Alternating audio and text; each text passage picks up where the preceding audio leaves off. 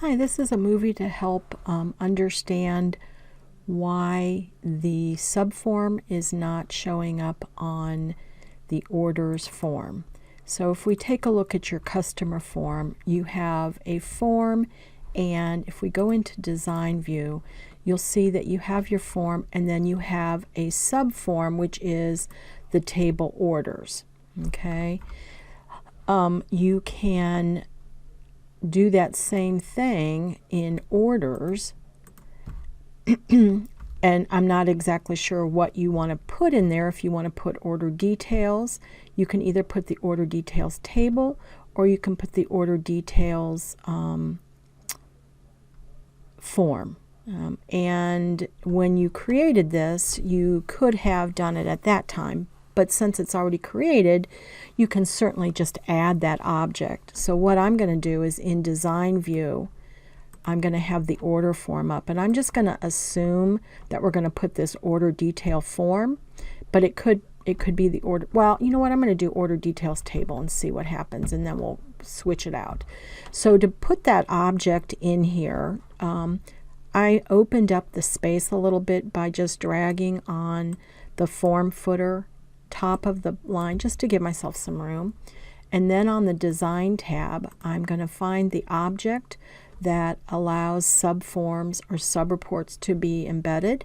So that's this tool. You're going to click on the tool. It's not a drag. You just click and come underneath here, and it's going to start a wizard. So you can have this be either a existing table or query or an existing form. I'm going to use the table the first time, and then we'll go back and do the form because I'm not exactly sure what you want to do. So we're going to do next, and let's go ahead and pick order details, and let's just pull them all over because once again I'm not exactly sure what you want to see there, but it doesn't matter what I pick. You just need to pick what you need. And so there's a couple different ways, because if you look at your relationship, there's this order details has a relationship to several tables. So my assumption here is that you're going to link the details, order details and orders based on the order ID. So I'm going to go ahead and do next, finish, and there's my subform added straight from the table. Okay, and then of course you can size this out however you want. So that's one. I am going to close that without saving it, and then I'm going to run through it again. So I'm going to so here's a subform. The other thing that, let's see, orders, we're going to go into design.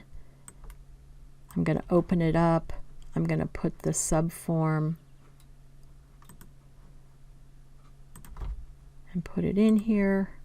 This time I'm going to use an existing form, order details, next, next, finish.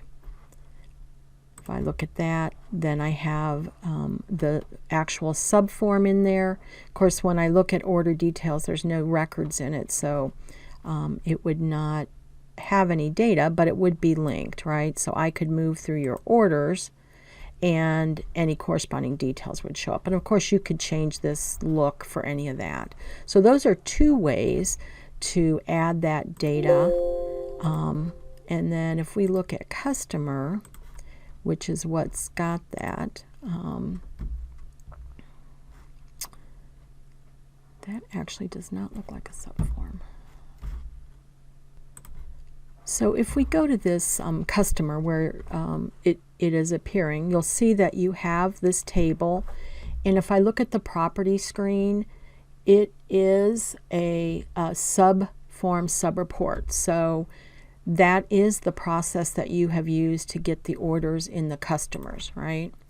So hopefully that helps. All right, thank you.